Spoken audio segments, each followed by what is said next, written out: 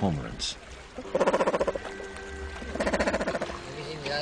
The men, all called Huang, come from the same village, now in their 70s and 80s.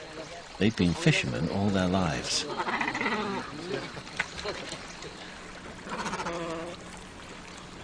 Before they release the birds, they tie a noose loosely around the neck to stop them swallowing any fish they may catch.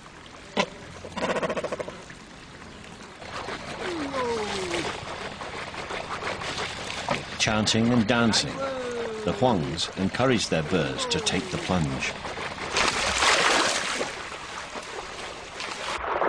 Underwater, the cormorant's hunting instinct kicks in, turning them into fish-seeking missiles.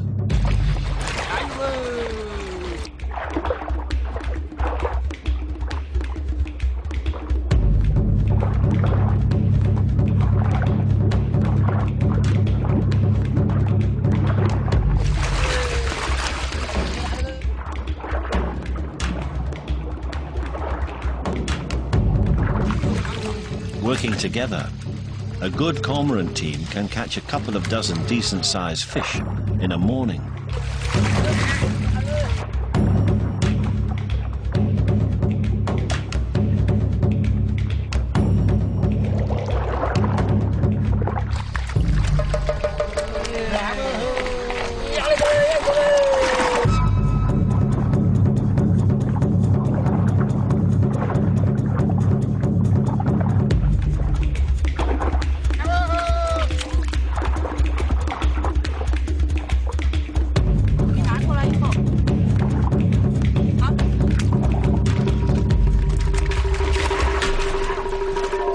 Birds return to the raft with their fish because they've been trained to do so.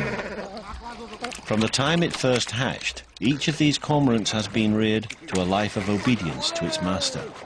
The birds are, in effect, slaves. But they're not stupid.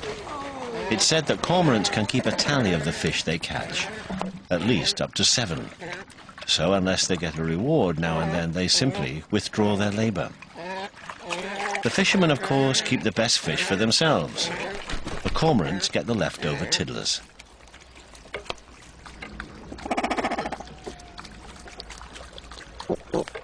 With its collar removed, the bird can at last swallow its prize.